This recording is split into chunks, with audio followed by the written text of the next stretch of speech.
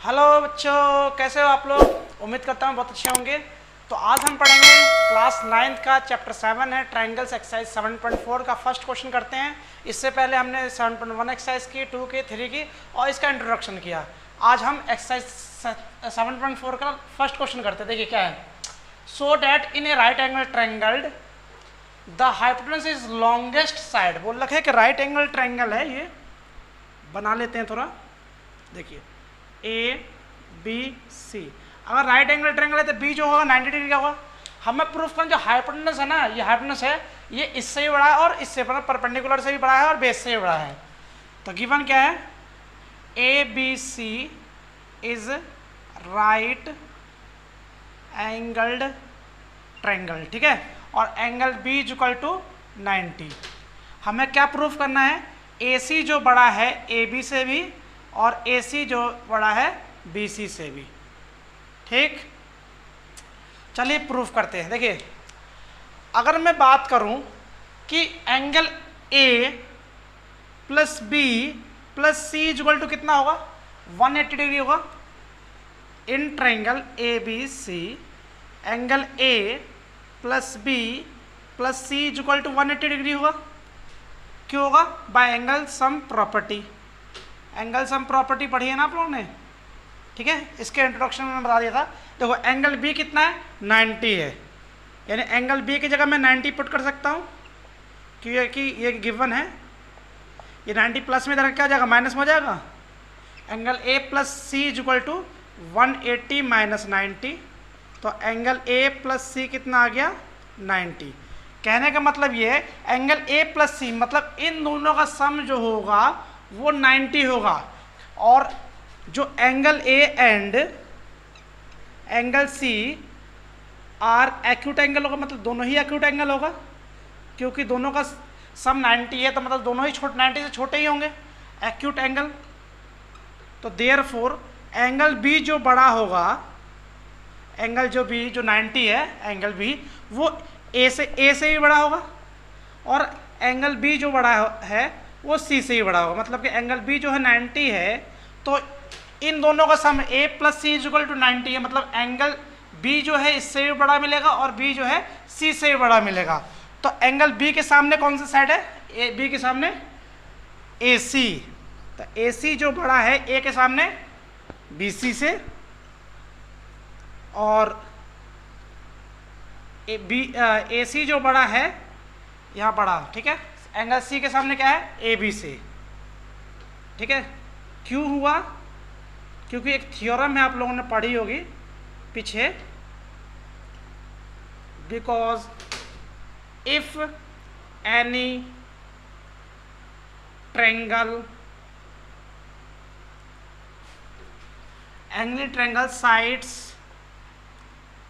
sides opposite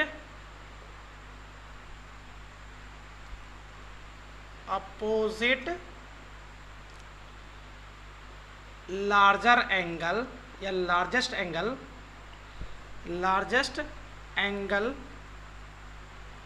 is longer।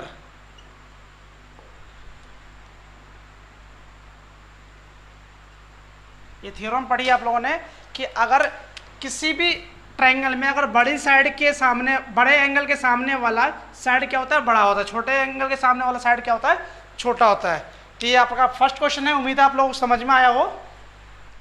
Question number second करते हैं। Question number second देखिए, side A B and A C of the triangle A B C are extended to the point P and Q respectively, ठीक है।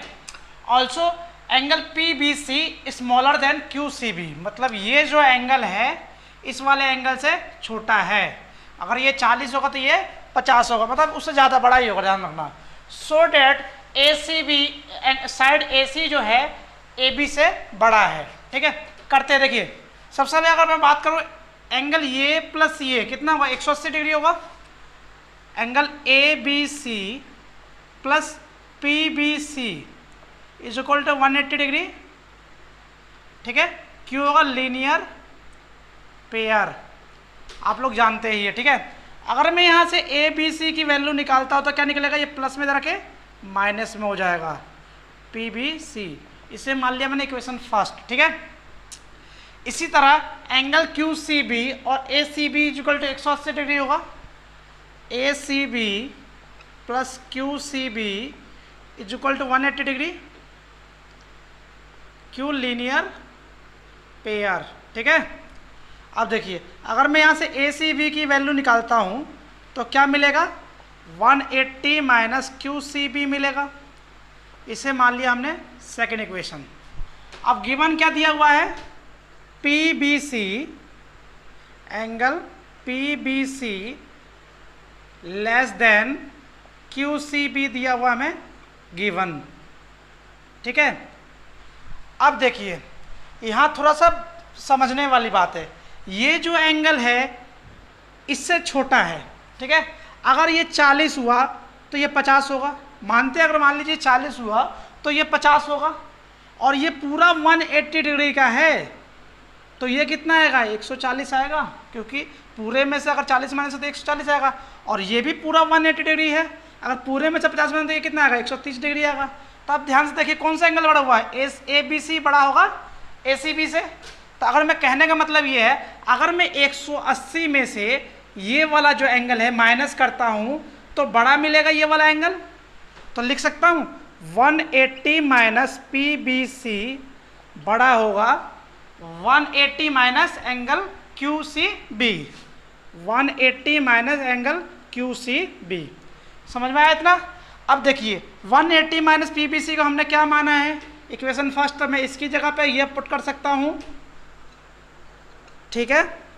अब 180 minus Q C B की जगह मैं क्या पुट कर सकता हूँ, A C B, from first and second से मिला हमें, इतना क्लियर है। अब ए बी सी एंगल के सामने साइड क्या है, ए सी, और ए सी बी के सामने क्या है, ए बी। रीजन में क्या लिखा होगा, because if any triangle side opposite angles largest angle is longer। कहने का मतलब ये है अगर एंगल बड़ा हो तो उसके सामने वाली साइड बड़ी होती है, ठीक है। समझ में आया। थोड़ा सा यहाँ पे प्रॉब्लम होगी बट इसे समझ के चलना, ठीक है। तो क्वेश्चन नंबर 3 करते हैं बच्चों। देखिए एंगल बी जो है स्मॉलर देन एंगल ए, मतलब ये जो एंगल है इससे छोटा है, ठीक है। और angle C smaller than D, angle C जो है वो छोटा है इस वाले एंगल से, ये इक्वल नहीं है, छोटा है, ठीक है ना। So that A D is less than B C, हमें प्रूफ करके दिखाना है। करते हैं, देखिए कैसे करेंगे। देखिए गिवन है angle A is equal to angle B है, ये चीज़ हमें गिवन दिया हुआ है, ठीक है। तो एंगल बी के सामने, एंगल बी जो है लेस देन एंगल ए, तो एंगल बी के सामने वाली साइड क्या है, ए ओ है, और ए के सामने वाली बी ओ। इसे मान लिया क्वेश्चन फर्स्ट। इस तरह angle C smaller than angle D, ये गिवन दिया हुआ है, तो एंगल सी के सामने वाली साइड क्या है, डी ओ, और डी के सामने वाला सी ओ। इसे मान लिया इक्वेशन सेकंड। दोनों इक्वेशन को दोनों साइड जोड़ दीजिए, adding first and second on both side. देखिए ए ओ प्लस डी ओ, इसको इससे हमने प्लस किया, दोनों less than B O plus C O. अब A O plus D O क्या मिल जाएगा, पूरा ए डी मिलेगा, ए डी मिल गया यहाँ से, less than B O plus C O क्या हो जाएगा, बी सी मिल जाएगा, ठीक है। हो गया प्रूफ, आया समझ में। तो क्वेश्चन नंबर 4 करते हैं बच्चों। देखिए क्वेश्चन नंबर 4 क्या है, A B and C D are respectively the smallest and longest side of quadrilateral A B C D, so that angle B जो है, एंगल ए जो है लॉन्गेस्ट है एंगल सी के, and B greater than angle T के, ठीक है ना। प्रूफ करना है हमें। तो देखिए गिवन क्या है, सबसे पहले गिवन लिखते हैं। बोल रखा है A B and C D are smallest and longest side, A B and C D are smallest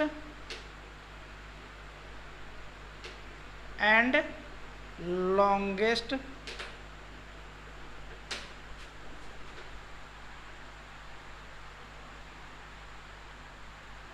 side. ठीक है, प्रूफ क्या करना है, प्रूफ आपको ये करना है कि angle A greater than angle D, angle C, और angle B greater than angle D. इसमें थोड़ा सा कंस्ट्रक्शन करना पड़ेगा आपको। देखिए क्या करते हैं,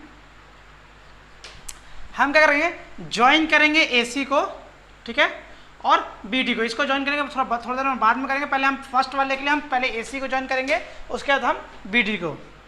ज्वाइन AC एंड BD करते हैं प्रूफ, प्रूफ करते हैं। देखिए AC अभी ज्वाइन के, BD हम थोड़ी देर बाद ज्वाइन करेंगे। पहले फर्स्ट प्रूफ करने के लिए मुझे AC को ज्वाइन करेगा और सेकंड वाला प्रूफ करने के लिए मुझे BD को ज्वाइन करना पड़ेगा, ठीक है ना।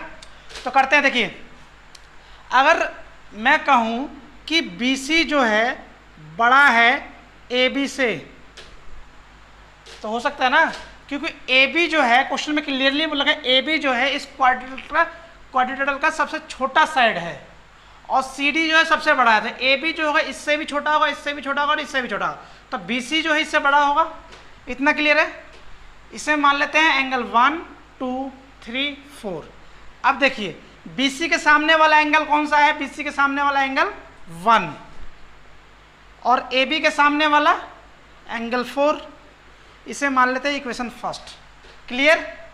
इसी तरह मैं कहूँ CD जो है बड़ा है AD से, तो हो सकता है CD क्वेश्चन में बोल रखा है कि सबसे लॉन्गेस्ट मतलब सबसे बड़ी साइड है, तो CD जो है इससे बड़ा होगा। अब CD के सामने वाली साइड क्या है, एंगल 2, और AD के सामने क्या है, एंगल 3। दोनों इक्वेशन को दोनों साइड जोड़ो, adding first and second on both side. तो angle 1 plus angle 2 greater than, दोनों में ग्रेटर देन का साइन है, ठीक है। Angle 4 plus angle 3। अब एंगल 1 प्लस एंगल 2 क्या बन गया, पूरा एंगल A बना। तो हम लिख सकते हैं एंगल A जो है बड़ा 3 + 4 एंगल C। पहला प्रूफ हो गया, आपको फर्स्ट प्रूफ करना था। अब देखिए अब सेकंड इसी तरह प्रूफ करना है। मैं क्या ज्वाइन करूंगा, BD को ज्वाइन करूंगा। इसको मिटा लेता हूं थोड़ा सा कि आपको अच्छे से समझ में आएगा, ठीक है ना। ठीक, इसे मान लिया 5 6 7 8 एंगल, ठीक है। अब देखिए अगर मैं बात करूं इन ट्रायंगल BCD की बात करता हूं, तो एंगल साइड CD जो बड़ा होगा BC से, ये साइड इससे बड़ी होगी क्योंकि CD सबसे बड़ी साइड है। तो CD के सामने वाला एंगल क्या होगा, एंगल 6 बड़ा होगा एंगल 7 से। इस इक्वेशन मान लिया थर्ड। इसी तरह ट्रायंगल ABD में देखिए, इन ट्रायंगल ABD AD जो बड़ा होगा AB से, क्योंकि AB सबसे छोटा है तो AD बड़ा होगा। अब AD के सामने वाला साइड एंगल 5 और AB के सामने वाला 8, इसको 4। अब दोनों को जोड़ दीजिए, एडिंग थर्ड एंड फोर्थ को जोड़ेंगे तो क्या मिलेगा, angle 5 plus angle 6 greater than angle 7 plus angle 8। अब 5 + 6 एंगल क्या बन गया, B बन गया, और ये एंगल D बन गया। तो ये प्रूव हो गया, आपको फर्स्ट में प्रूव हुआ, सेकंड में प्रूव हुआ। इजी था क्वेश्चन। तो क्वेश्चन नंबर 5 करते हैं बच्चों। देखिए क्वेश्चन नंबर 5 क्या है, PR greater than PQ and PS bisect angle QPR। मतलब एंगल 1, अगर मैं इसका नाम देता हूँ ये 1 और 2, तो एंगल 1 = एंगल 2 है। हमें प्रूफ करना है एंगल PSR, जो ये जो एंगल है वो PSQ से बड़ा है। मतलब ये वाला एंगल जो होगा बड़ा होगा और ये वाला एंगल जो होगा छोटा होगा, ठीक है ना। देखिए गिवन क्या है, सबसे पहले गिवन की बात करते हैं। PR greater than angle side PQ और एंगल 1 = एंगल 2, ये हमें दे रखा है गिवन। प्रूफ क्या करना है, PSR ग्रेटर देन PSQ। ठीक। अब देखिए प्रूफ कैसे करेंगे। देखिए प्रूफ कैसे करेंगे। हमें देख सबसे पहले क्या दिया हुआ है, P R greater than angle side P Q के, ये हमें क्या दिया हुआ, गिवन दिया हुआ है, ठीक है। अब पी आर के सामने जो पी आर का है, इसके सामने एंगल ये मिलेगा, इसका नाम देते 3 1 2 3 4 5 6 डाल दिए, ठीक है ना। तो पी आर के सामने वाला एंगल कौन सा है, एंगल 4, और पी क्यू के सामने वाला क्या है, एंगल 3, ठीक है। इतना समझ में आया। इसे इक्वेशन फर्स्ट मान लिया। अगर मैं दोनों side adding angle 1 on both side, अगर मैं दोनों साइड एंगल 1 प्लस करता हूं, मतलब कि ये वाला एंगल अगर प्लस करता तो कोई फर्क पड़ेगा, तो angle 4 plus angle 1, angle 3 plus angle 1, ठीक है। अब ध्यान से देखिए, एंगल 4 प्लस एंगल 1, अगर मैं एंगल 1 की जगह पे एंगल 2 लिख सकता हूं, क्योंकि एंगल 1 इक्वल टू एंगल 2 दे रखा है। इसे मान लिया हमने इक्वेशन सेकंड, इसकी जरूरत नहीं है, इसको मान लेते हैं फर्स्ट, ठीक है। इतना समझ में आया। एक ट्रायंगल दिख रहा होगा आप लोगों को, P Q S. In triangle P Q S क्या मिलेगा यहाँ पे, अगर मैं एक्सटीरियर एंगल बात करूँ, एक्सटीरियर एंगल प्रॉपर्टी की, तो एंगल 6 जो होगा इक्वल होगा एंगल 4 प्लस एंगल 1 के, है ना। इसे इक्वेशन थर्ड मानते हैं। In triangle P R S, इस तरह एंगल 5 जो होगा, ये वाला एंगल जो होगा, इन दोनों सम के बराबर होगा, अंदर वाले एंगल 2 प्लस एंगल 3, इसे इक्वेशन थर्ड मानते हैं। अब ध्यान से देखिए, angle 4 plus 1 is equal to, ये दिख रहा है, अगर ये दोनों इक्वल है आपस में, तो मैं इसकी जगह पे ये लिख सकता हूँ, है ना। और 2 प्लस 3 ये दोनों इक्वल है, तो मैं डायरेक्टली इसकी जगह पे ये लिख सकता हूँ। तो कंपेयर करने पे क्या मिला, एंगल 6 जो है बड़ा है एंगल 5 से। फ्रॉम फर्स्ट सेकंड, अच्छे से लिखता हूँ थोड़ा, from first second and third, तीनों इक्वेशन से क्या मिला हमें, एंगल 6 जो है बड़ा है एंगल 5 से। तो एंगल 6 के सामने, एंगल 6 कौन सा एंगल है, P S R, P S R बड़ा हुआ एंगल 5 पी एस क्यू। हो गया प्रूफ, जो हमें प्रूफ करने को बोला था। आया समझ में आप लोगों को। तो क्वेश्चन नंबर 6 करते हैं बच्चों। इस एक्सरसाइज का लास्ट क्वेश्चन है ये। देखिए क्या है, so that all line segment drawn from a given point not on it the perpendicular line segment is the shortest बोल रखा है, ठीक है। देखिए क्या है, अगर एक लाइन ले लेते हैं एल, मान लीजिए एल लाइन है, इसके ऊपर कोई पॉइंट नहीं है, अगर कहीं पॉइंट ये है, ये जो परपेंडिकुलर इसके ऊपर है यहाँ पे, तो ये सबसे छोटी होगी। तो यहाँ से एक लाइन ड्रॉ कर लेते हैं, तो क्या आएगा, राइट एंगल ट्रायंगल बन जाएगा ए बी सी। तो हमें प्रूफ करना है, क्या प्रूफ करना है, कि ए बी जो हो छोटा है ए सी से, ठीक है। तो करते हैं प्रूफ। इतना क्लियर। देखिए angle A plus B plus C is equal to 180 degree होगा, क्यों होगा, लीनियर पेयर से, ठीक है। इतना क्लियर।